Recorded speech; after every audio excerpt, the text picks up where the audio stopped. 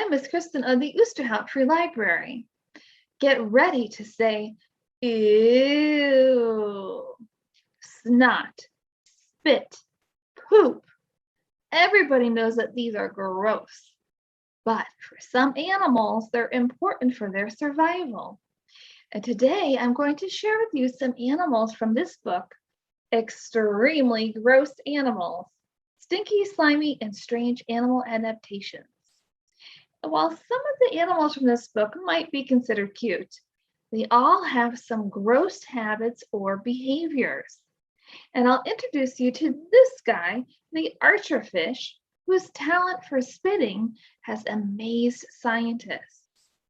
I'll show you how you can explore some squirt science of your own with your summer reading squirt toy prize, and I'll show you how to make your own squirt toy with just an empty water bottle.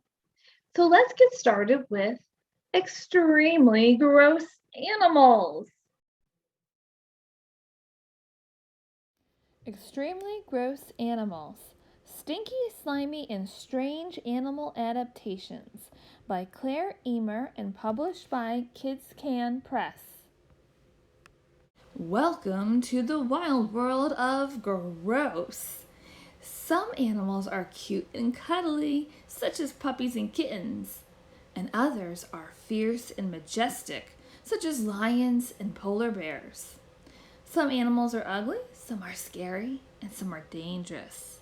But the animals in this book, well, they're just plain gross. These animals wallow in snot or cover themselves with vomit. They spit, they fart, they spew, they gobble up poop, or feed it to their babies. In this book, we'll look at the grossest of the gross. Animals that can disgust even the most loyal animal lover. And we'll see how those habits, as revolting as they might seem, are actually amazing survival skills. In fact, in nature, it's often survival of the grossest. Gross or not so gross. An animal that eats poop doesn't consider it icky or disgusting, nor does an animal that willingly covers itself in snot. So, why are we humans grossed out by it? Well, in part, it's because we're taught to be. From the time we're babies, we're told that some things are gross and disgusting. And it's a good lesson to learn since babies put everything they can reach right into their mouths, including things that can make them sick. But what disgusts us doesn't necessarily disgust the animals in this book. Many of the animals actually survive on revolting substances and thrive on gross habits. Once you take a closer look, what's revolting and gross is often pretty fascinating. You might even find the disgusting creatures in this book a little less revolting once you get to know them. So hold your nose and dive right in. The scoop on poop. Poop, also known as dung, contains the stuff a body needs to get rid of. Now imagine how much poop all the creatures on this planet produce every day. We should be buried in this stuff, but we aren't, thanks in large part to dung beetles. For dung beetles, poop is everything. They feast on it, they nest in it, they lay their eggs, and they tend their young in the poop. Dung beetles' sensitive antennae pick up the scent of fresh dung and guides them to the source. Roller beetles are among the strongest animals in the world relative to their small size. A male or female beetle will mold the dung into a ball that can weigh 50 times more than the beetle itself. By the time dung beetles are done with the poop pile, most of it will be gone. Dung beetles aren't the only animals that like a good dung dinner. Baby elephants eat elephant dung. Why? Because their mothers feed it to them. And it's not as gross as it sounds, though. For one thing, an elephant's digestive system isn't very good. So elephant poop is full of seeds, nuts, and half-digested grass and leaves. But more importantly, the dung of an adult elephant contains microbes, tiny organisms that help the elephants digest plants, which the baby will need once it's no longer living only on its mother's milk. Elephants aren't the only animals to feed their babies poop. So do rabbits, pandas, koalas, and others. Some animals don't eat poop, but they use it in other helpful ways. Burrowing owls pave the tunnel to their underground nest with other animals' dung. The dung attracts beetles and small rodents that make tasty snacks for the owls. The smell of dung might also help fool predators by disguising the scent of the nest and any baby owls. There's gross and then there's grosser. In fact, more than a few animals do something that might make you really want to throw up. And speaking of throwing up, animals like frogs, sharks, and even flies do something called regurgitation or throwing up. It might be gross to us, but it's very helpful to the animals. Mucus madness.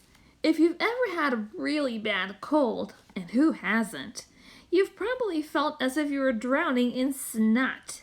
But that's nothing compared to a hagfish. The hagfish is a mucus machine.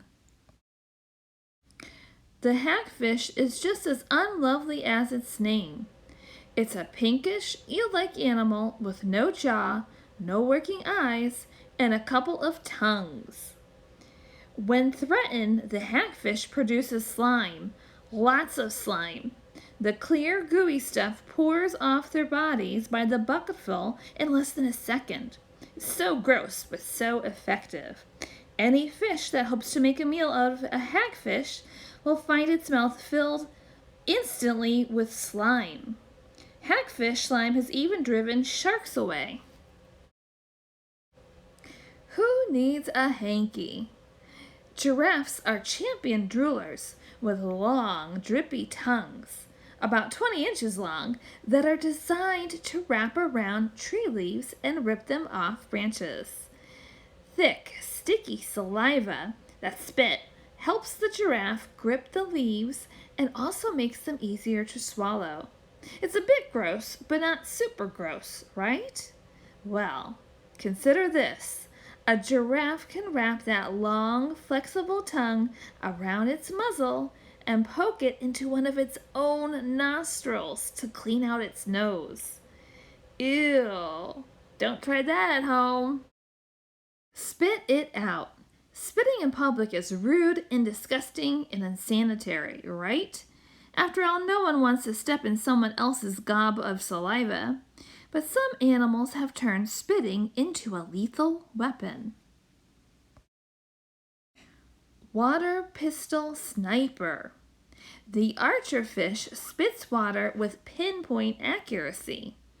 Archerfish live in the warm waters of southern Asia and northern Australia, and there they lurk near overhanging branches or reeds, waiting for insects to wander into view. When one does, the archerfish aims its pointy snout and unleashes a shot worthy of a sniper. A stream of water can shoot up to 6.5 feet with enough force to knock a stunned insect into the water. Sounds simple, right? Not really. The archerfish has to take physics into account. That's science. Because light bends when it moves between air and water, so the target isn't exactly where the eye says it is. Yet, these fish can hit their prey in a blink of an eye. And to top it off, by the time the bug hits the water, the archerfish is already there waiting for its dinner. Those are some disgusting animal habits. Discover even more by checking out this book from the library. Can you aim like an archerfish? Archerfish have an excellent aim and can aim a spray of water up to 6 feet away to hit their insect dinner. They know just the right angle and just the right pressure. Scientists have actually studied this, and now you can try it out for yourself. Can you aim a spray of water and hit a target like an archerfish?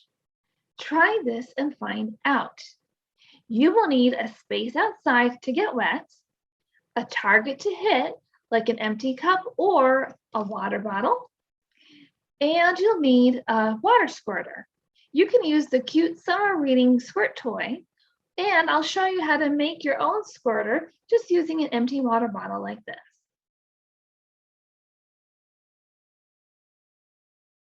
Make your own water squirter. Take an empty water bottle and ask an adult to place the cap of the water bottle on a hard surface like a table, and then punch a small hole in the cap at the top right here. You can use a pair of pointy scissors like I did, or a thumbtack. And once the adult has done that, you can put the top back on, we'll fill it up, put the top back on, and take it outside and give it a squeeze to test.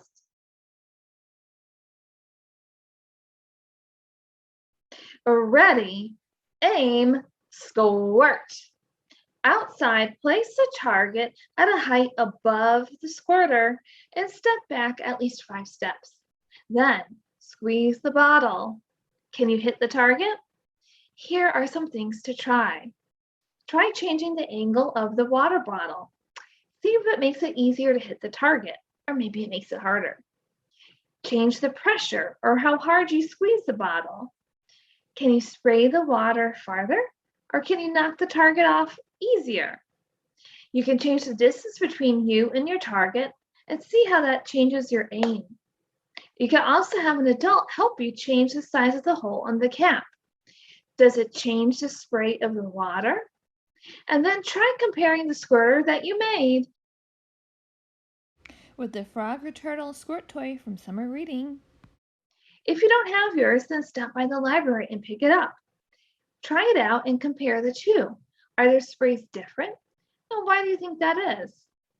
And if you want to see a 1-minute video of the archerfish in action, I'll put a link in the description box below. I hope you had fun exploring, and we'll see you next time. Bye.